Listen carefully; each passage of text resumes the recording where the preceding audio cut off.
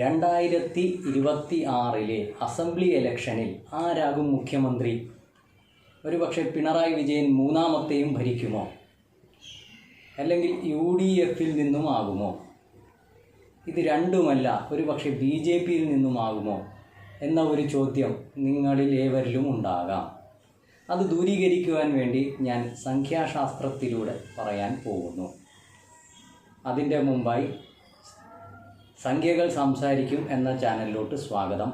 ഞാൻ Sunil പാട്ടക്, astrologer and numerologist. 2026 ആരാകും മുഖ്യമന്ത്രി എന്ന് നമുക്ക് നോക്കാം. 3 പേരുടെ പേരാണ് ഞാൻ പറയാൻ പോകുന്നത്.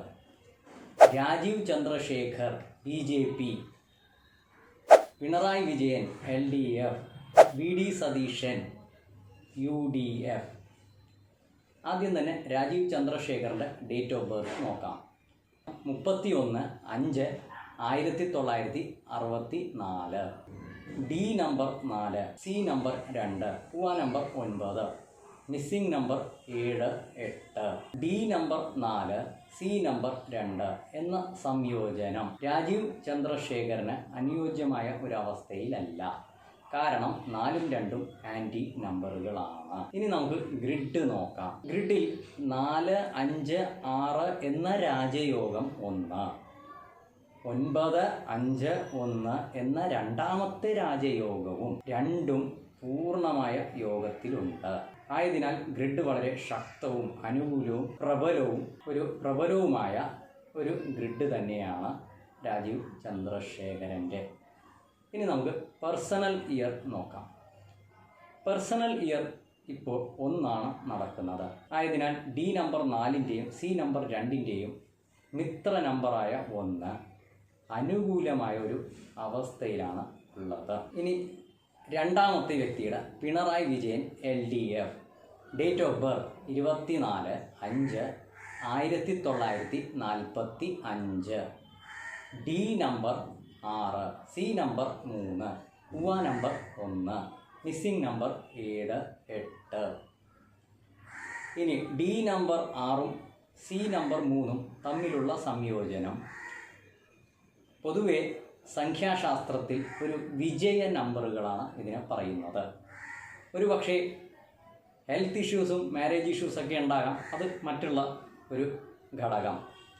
കൂടാതെ ഇത് പൊതുവെ സക്സസ് നമ്പർ, അതായത് വിജയിക്കുന്ന ഒരു നമ്പറുകൾ തന്നെയാണ്. ആയതിനാൽ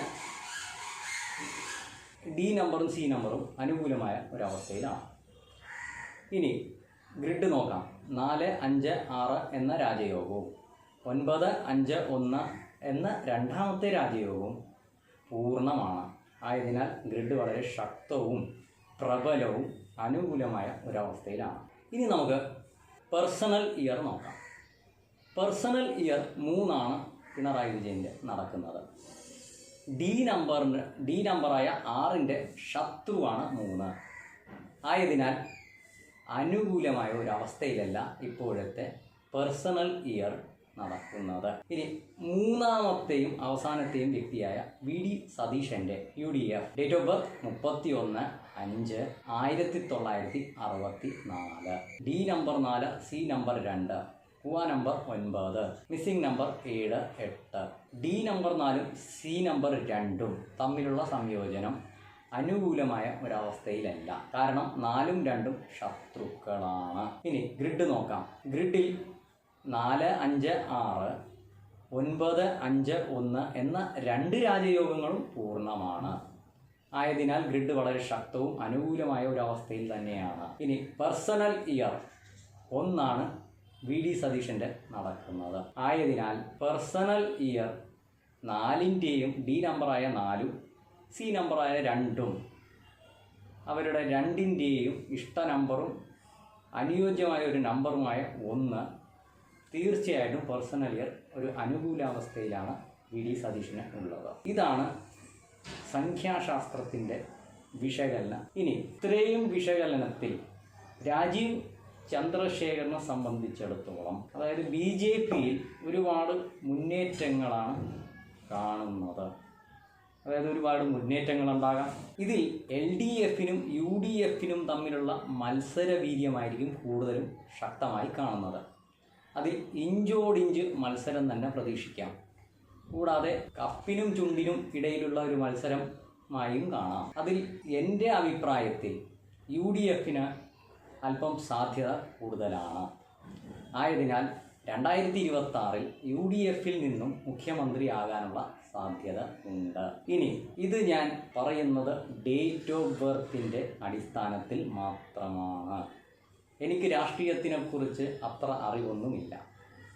ഈ വീഡിയോ നിങ്ങൾക്ക് ഇഷ്ടപ്പെട്ടെന്ന് കരുതുന്നു. ലൈക്ക് ചെയ്യുക, ഷെയർ ചെയ്യുക, സബ്സ്ക്രൈബ് ചെയ്യുക, ബെൽ ബട്ടൺ അമർത്തുക. അടുത്ത വീഡിയോയുമായി കാണാം.